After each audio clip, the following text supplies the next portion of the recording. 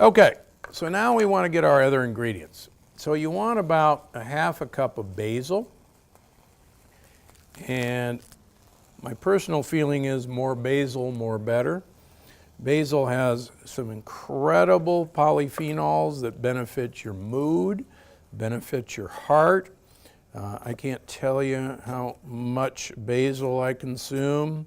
And you don't have to chop this very finely. Just about that is just fine. So now we're going to take our other fry pan and we're going to add the rest of our ingredients. So you're going to start with about 3 tablespoons of olive oil. And you're going to put in some salt, about a teaspoon of salt. We can always add more, and one thing to remember, we're going to use fish sauce. And fish sauce is really salty, so you got to be careful with it. Then we're going to put in some red pepper, not red pepper flakes, but like cayenne pepper, which has had the seeds removed. We're going to use the equivalent of 2 cloves of garlic chopped. You can buy it already chopped, which is fine. So then we're going to add some broccoli slaw. Now this isn't essential, but I'm such a big fan of cruciferous vegetables. Plus this gives an extra nice little crunchy texture to what we're making. So in goes the broccoli slaw, about a half a cup. And then we've got some fresh squeezed lime juice. And we're going to put in about a tablespoon, about a whole lime's worth in. And then finally, we're going to put in the shrimp. And get yourself some wild shrimp. Make sure it says wild. They're available either fresh or frozen in most grocery stores. They should be peeled and deveined, but leave the tails on. That's authentic, and I'll tell you why we're going to leave them on in a minute. So in they go. Fantastic. And we're going to stir that around for a little bit. We're going to add the basil. Have some for yourself while you're waiting. So we're going to cook this for about 2 to 3 minutes until the shrimp begin to get opaque. Okay. So next, we're going to put back our noodles and we're going to add an egg. And get yourself an omega-3 or pastured egg. They're in every store. Please don't use commercial eggs. They're loaded with problems that you don't want. The chickens have been fed corn and soybeans. So we're going to throw in that egg and we're going to stir that around for just a second. And then we're going to put back in the noodles. Okay, so those shrimp are getting nice and opaque.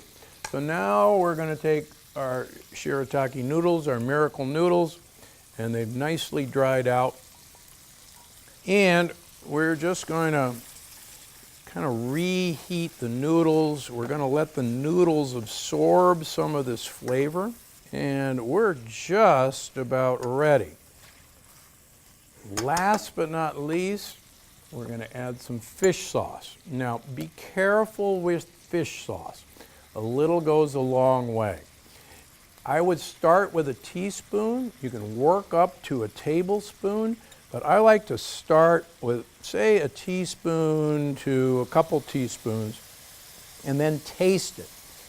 Quite frankly, this is actually what makes great Thai and Vietnamese cooking taste the way it does. There's no gluten in here, there's no soy. It's basically aged anchovies that have been aged in wooden barrels. So we're going to let that kind of burn off. Now at this point, you might want to taste things. I personally add more fish sauce, but I've gotten used to fish sauce over the years. So start with a little and work your way up. So lastly, in my original book, Dr. Gundry's Diet Evolution, I used peanuts. And quite honestly, I've learned that peanuts are one of the worst things that you should be eating. They're full of lectins. So I've substituted macadamia nuts. In fact, you can take any recipe from my original book and make them the plant paradox compatible. And so macadamia nuts are going on now.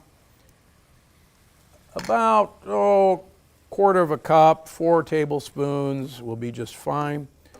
and we're ready to go. So you can plate that out. You can put it in either kind of traditional pad thai bowls. And I like to pour a little sauce over that. Oh my gosh. Is it dinner time yet? I think it is. I better try this. Okay, so here we have it. Not bad pad thai. This has got ingredients that will actually improve your health, help you lose weight, and it feeds good gut bugs. Now I'm going to cut this a little bit. So there's our pad thai. I'm going to make a mess in a second. I'll eat like an Asian.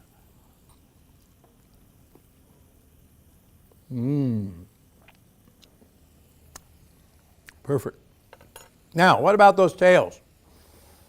Those tails are there for a purpose. Number one, they're to hold on to the shrimp, but more importantly, you're supposed to eat it. The tail, the shell of shrimp, is one of the best lectin absorbing compounds there are. And so eat the whole shrimp. It won't hurt you. It's a little bit crunchy. Bon appetit. So this is Dr. Gundry for Gundry MD, and I'm always looking out for you. Have some pad thai that's not bad for you. Love the crunch. Let me tell you about Miracle Noodles and why they're awesome. These are 0-calorie noodles that sound too good to be true.